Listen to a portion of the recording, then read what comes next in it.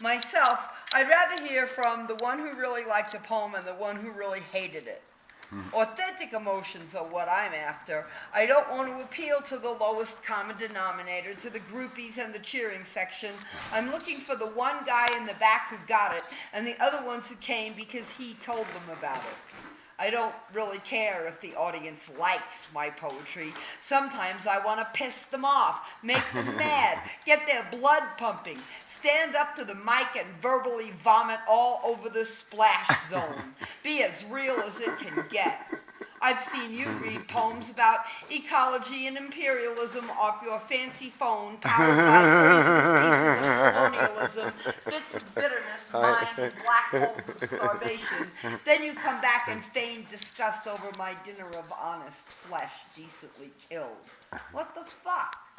Mark Smith wanted to take the poetry out of academia and put it in coffee houses and bars. Do you ever see pictures of those people in black turtlenecks wearing berets? You know, they hung out in jazz clubs and snapped their fingers when they liked the poem.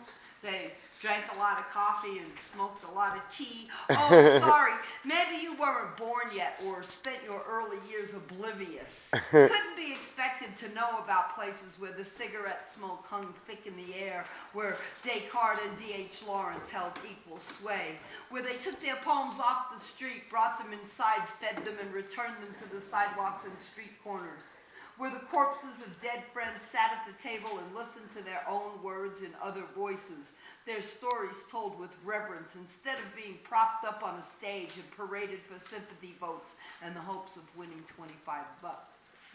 Mark brings great excitement to those boring open mics. Open mics are only boring if you don't know how to listen. If you spend the time before your slot rehearsing outside and then bailing afterward. If you only showed up to practice before a bunch of warm bodies that weren't given scorecards, that weren't told that blood has been spilled after someone had been weighed and judged. Maybe you just showed up to steal a line or two. Then listen. Listen with your heart and your soul in the moment, without a thought to what has gone before or what you might hear after. Poets stand before you, opening windows in their chests so you can see their beating hearts. Tiny voices that tremble with the enormity of exposure extend their wrists and open a vein, spilling their life's blood's language onto the stage. They don't need you to judge them. There is no judge harsher than they themselves when looking into a mirror, halting and stuttering, losing their place, forcing rhyme and mangling meter with heroic honesty, with the courage to be bad, to know that your skill is not that of others, that perhaps your words are not as pretty or well chosen, and to still stand alone and expose that desperate need to be heard. Still to stand and tell one's story, unedited and broken, is an act of triumph worth the world more than money or huzzas. Time limit 3 minutes, product of the electronic age, soundbite, commercials, pop radio, short attention spans. Information must also be entertaining. String together a few catchphrases and some headlines. It's bordering on marketing anyway. Have you ever heard of a focus group? Borrow from commercials and from lyricists that really know how to write a line, like Dylan and the Beatles behind tight buns in the jeans advertisement. Enlightenment parceled out in small doses lest we overload our mental circuits or catch a glimpse of something genuine. Ginsberg howled for 20 minutes. Nobody was bored, and he did it again and again. That's performance poetry. A true performer can hold the audience for as long as he wants to, put them on the edge of their seats and onto their feet, whether it takes 3 minutes or 3 hours. Take the time to wring from them every memory they've ever had. Take them where time itself is an illusion and clocks melt like Dali landscapes, where the voice of the Almighty vibrates in your bones and the score he keeps is eternal.